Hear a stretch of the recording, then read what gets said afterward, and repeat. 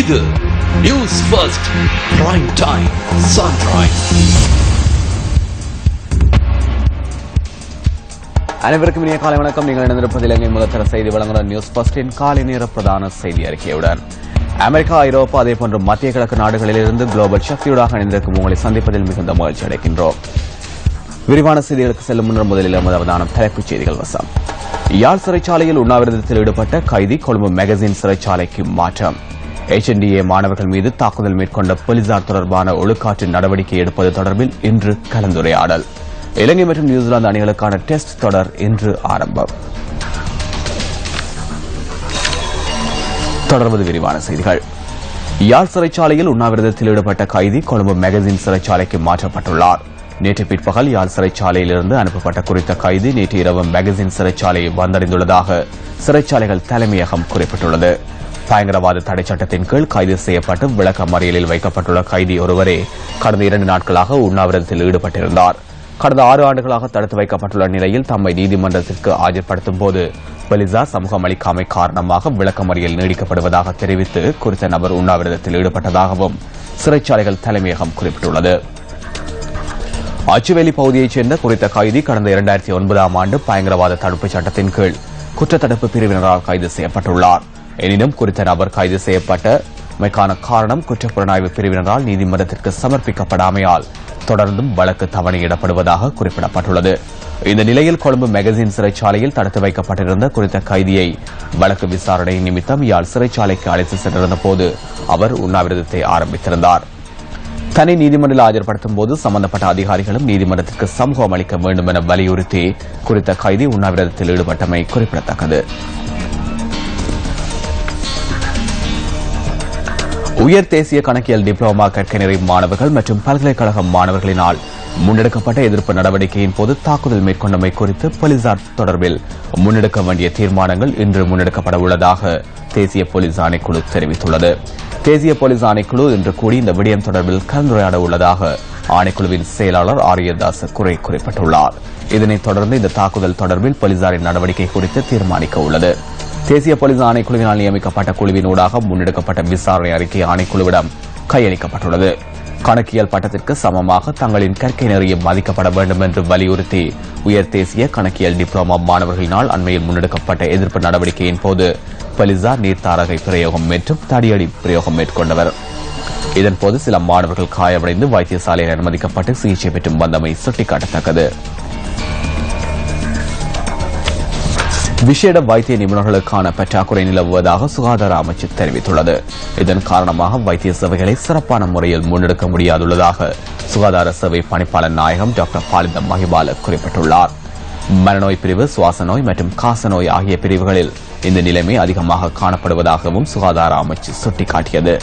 வைத்திய சேவைகளை தரமாக வழங்குவதற்கு சுமார் 4000 விசேட வைத்திய நிபுணர்கள் தேவைப்படுகின்ற போதிலும் தற்போது அரசு வைத்தியசாலைகளில் 1700 விசேட வைத்தியர்களே காணப்படுவதாகவும் சுகாதார சேவைகள் பணிப்பாளர் நாயகம் குறிப்பிட்டுள்ளார்.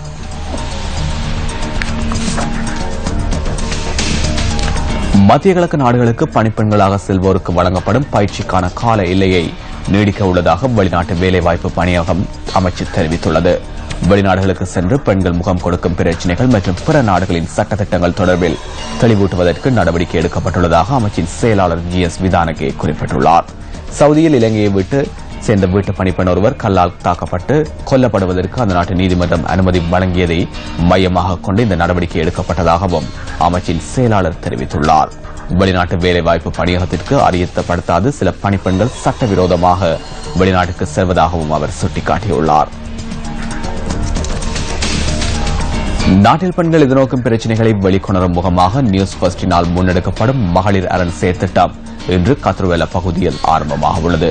இது தொடர்பான மேலதிக தகவலுடன் இணைந்து கொள்கின்றார் நமது அலுவலக செய்தியாளர் நாகலிங்கம் ஜெகநாத் கண்ணா. ஒன்றிணைந்து மகளிர் அரணை உருவாக்குவோம் எனும் துணிப்பொருளிலே பெண்களுக்கான சமத்துவம், பாதுகாப்பு மற்றும் வலுப்படுத்தலை இலக்காக கொண்டு நியூஸ் ஃபர்ஸ்ட், சக்தி, சிரசு இணைந்து முன்னெடுக்கும் விழிப்புணர்வு திட்டத்தின் மற்றொரு கட்டம் இன்றைய தினம் புலனறுவை மாவட்டத்திலே கதிர்வெள நகரில் இன்று முற்பகல் நடைபெறவிருக்கின்றது. அந்த வகையில் இன்றைய தினம் புலனறுவை மாவட்டத்தைச் சேர்ந்த மகளிர் அமைப்புகளின் பிரதிநிதிகள் அதே போன்று பெண்களை விழிப்புணர்வு ஊட்டுவதற்கான திட்டத்தை முன்னெடுப்பதற்கு அனைத்து ஏற்பாடுகளையும் நாங்கள் முன்னெடுத்துள்ளோம். சரியாக முற்பகல் 9 மணி அளவிலே கதிர்வெள பஸ் நிலையம் அருகே இந்த விழிப்புணர்வு திட்டம் முன்னெடுக்கப்படவிருக்கின்றது. இந்த திட்டத்திற்கு இலங்கை போலீசார் அதே போன்று உள்ளூராட்சி மற்றும் மாகாண சபைகள் அமைச்சு உள்ளிட்ட மேலும் பல அமைப்புகள் எமக்காக ஒத்துழைப்பை நல்கி இருக்கின்றன. ஆகவே இன்றைய தினமும் இந்த விழிப்புணர்வு திட்டத்திலே கலந்து கொண்டு பயன்பெறுமாறு புலனறுவை மற்றும் அதனை அண்மித்த பகுதியில் வாழும் எமது நேயர்களை நாங்கள் அன்போடு அழைக்கின்றோம். அதே போன்று எமது மற்றொரு குழுவினர் இன்றைய தினம் குருநாகல் பகுதியிலே விழிப்புணர்வு திட்டத்தை முன்னெடுக்கவிருக்கின்றார்கள். நியூஸ் ஃபர்ஸ்ட் செய்திகளுக்காக நாகலிங்கம் ஜெகநாத் கண்ணா, கதிர்வெள நகரில் இருந்து. மக்களின் அடிப்படை வாழ்வியலில் போக்குவரத்து அளப்பரிய பங்காற்றி வருகின்றது. எனினும் இலங்கையில் அடிப்படை போக்குவரத்து வசதிகள் கூட சீரின்றி இருப்பது வேதனைக்குரியதே.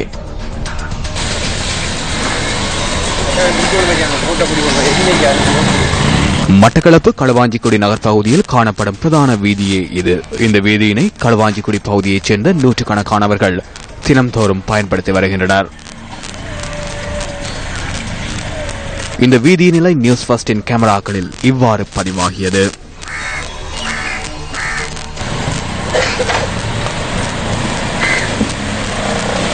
மழைக்காலங்களில் சேரும் சகதியுமாக காணப்படும் இந்த வீதியில் மழைநீர் தேங்கி நிற்பதனால் பாடசாலை செல்லும் மாணவர்கள், தொழிலின் நிமித்தம் பயணிப்போர் பல்வேறு இன்னல்களுக்கு மத்தியிலும் தினம்தோறும் பயணிப்பதாக பிரதேச மக்கள் தெரிவிக்கின்றனர். சரியா கஷ்டமா இருக்கு. எங்களை பிள்ளைகள் எல்லாம் பள்ளிக்கூடத்துக்கு போறதுலாம் சரியா கஷ்டப்படுறாங்க. பின்னுக்கு ஒரு கோயில் இருக்கு, அதுக்கு கூட போயிடாம இருக்கு. நிறைய தண்ணி போடுறதால எங்களுக்கு சரியான கஷ்டமா இருக்கு. இந்த பாதையை கொஞ்சம் புனரமைச்சு தந்தா எங்களுக்கு லேசா இருக்கும். காஞ்சிக்குடி மணல் வீதி என்பது மிகவும் முக்கியமான ஒரு பாதை. இந்த பாதை மூலமாகத்தான் இந்த படுவாங்கரை என்று சொல்லப்படும் வயல் நிலங்களுக்கு செல்லும் பிரயாணிகள், வாகனங்கள், நெல், உழவு இயந்திரங்கள் போக வேண்டிய முக்கியமான பாதை. இந்த பாதை சீரழிந்து கிடக்கின்றது. வாகனங்கள் இந்த வீதியினூடாக பயணிப்பதில் சிக்கல் தன்மைகளை எதிர்நோக்குவதுடன் விபத்துகளும் சம்பவிப்பதாக வாகன சாரதிகள் தெரிவிக்கின்றனர். வாகனங்கள் செல்ல முடியாது, ஸ்கூலுக்கு செல்ல முடியாது, ஆஸ்பத்திரிக்கு செல்ல முடியாத, வாகனங்களில் பயணிக்க முடியாத அளவுக்கு இந்த வீதி இருக்கின்றது. வீதி அபிவிருத்தி திணைக்களத்தின் கீழ் பராமரிக்கப்படும் இந்த வீதியினை புனரமைக்குமாறு கிராம மக்களினால் பல்வேறு கோரிக்கைகள் முன்வைக்கப்பட்டுள்ள போதிலும் உரிய அதிகாரிகள் இந்த விடயம் தொடர்பில் கவனம் செலுத்தவில்லை என பிரதேச மக்கள் அங்கலாய்க்கின்றனர். இந்த பாதையால போற விஜய கஷ்டமா இருக்கு. இந்த வெள்ளம் அதுகளால தண்ணி ஊர்தண்ணி எல்லாம் இதெல்லாம் போகுது. இது கவனிப்பாரற்ற நிலையில இருக்குது. இது யாராவது இதை பொறுப்பு நின்று இதை வடிவா வந்து செஞ்சு தரணும் எங்களுக்கு. இந்த வீதியை அரசியல்வாதிகள், அதிகாரிகள் என பல தரப்பினரும் பயன்படுத்துகின்ற போதிலும் இந்த பாதை தொடர்பில் உரிய தரப்பினர் பாராமுகமாக இருப்பது ஏனென மக்கள் கோரிக்கை விடுக்கின்றனர். இந்த மாகாண சபை உறுப்பினர்மார், எம்பிமார், இந்த அதிகாரிமார் எத்தனையோ பேர் வராங்க போறாங்க, எல்லாரும் பயணம் செய்யறாங்க. ஆனா எல்லாரும் பார்த்துட்டு தான் போறாங்களே தவிர இந்த ரோட்டை யாரும் திருத்தி தரதாக முயற்சி பண்ணல. இதில் பாடசாலை மாணவர்கள், ஏனைய வாகனங்கள், விவசாயம் செய்கிற இயந்திரங்கள், பாரிய இயந்திரம் கூட இந்த இதால போகுது. போலீசாரும் கூட இதை பார்த்து கொண்டு தான் இருக்கிறாங்க. அந்த விவரங்களுடன் நியூஸ் ஃபர்ஸ்டின் இன்றைய காலை நேர பிரதான செய்தி அறிக்கை நிறைவடைகின்றது. நியூஸ் ஃபர்ஸ்டின் மதிய நேர பிரதான செய்தி அறிக்கை 1 மணிக்கும், மணித்தியால செய்திகளை 10:25 மற்றும் 11:25 எதிர்பாருங்கள். வணக்கம். Hotline 0114-896-896 www.newsfirst.lk. Feedback at newsfirst.lk.